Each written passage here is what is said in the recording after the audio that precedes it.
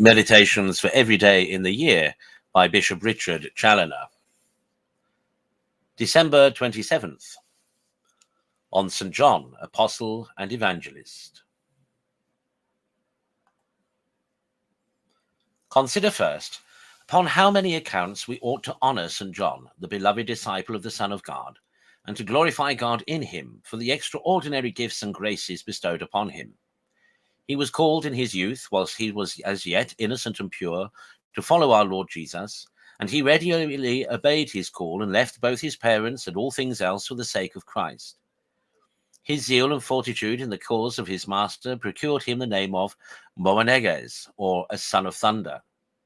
The purity of his soul and body made him a special favourite of his Lord, who therefore admitted him to lean upon his bosom at his last supper, and to draw from that sacred fountain of life the heavenly waters of grace and truth. And on the following day, when he was dying upon the cross, he recommended his Virgin Mother to his care, that she might be his mother, and he might be her son. O blessed saint, great favoured both of Jesus and Mary, introduce us also, by the interest thou hast now in heaven, into some share in their favour, by procuring for us, by thy prayers, the grace to imitate thy purity. Consider, secondly, to what a height St. John was raised by divine grace. He was made an apostle, and one of the chiefest of the apostles, even one of the three that were chosen by our Lord to be witness both of his glory on Mount Tabor and of his ancient agony on Mount Olivet.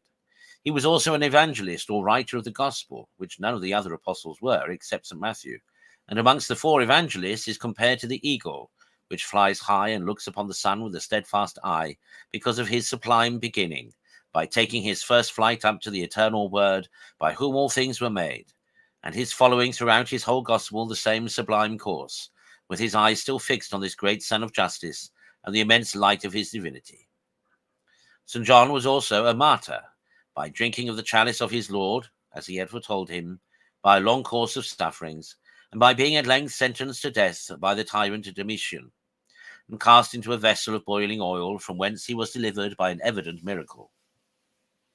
He was a prophet to whom our Lord revealed an infinity of heavenly secrets and mysteries relating to latter times, which we find recorded in his Apocalypse, written during his banishment in the Isle of Patmos.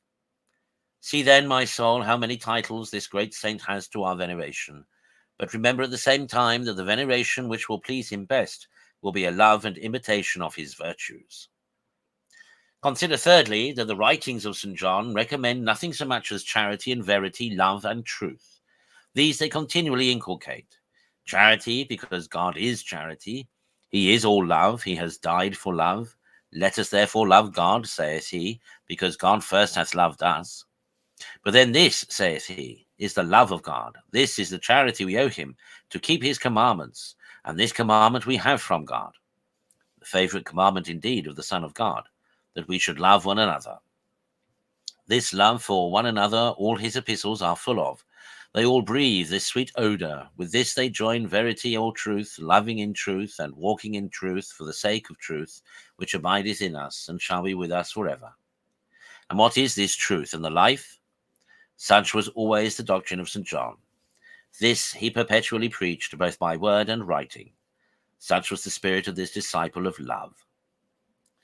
Conclude to embrace with all thy soul this charity and verity, this love and truth, so much recommended by St. John, or rather by the Spirit of God through him.